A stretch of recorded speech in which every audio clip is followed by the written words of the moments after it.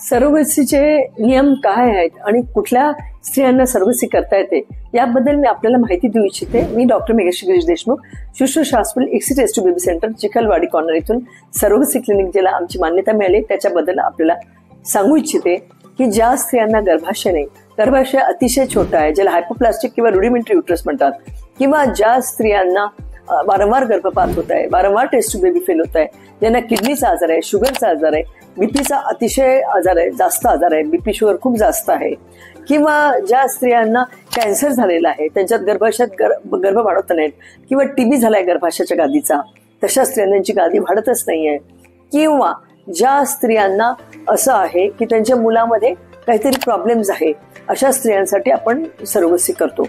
आणि खास करून याच्यात पुरुषांचा काय रोल आहे हे पण मी माझ्या पुढच्या व्हिडिओमध्ये तुम्हाला सांगेन। धन्यवाद।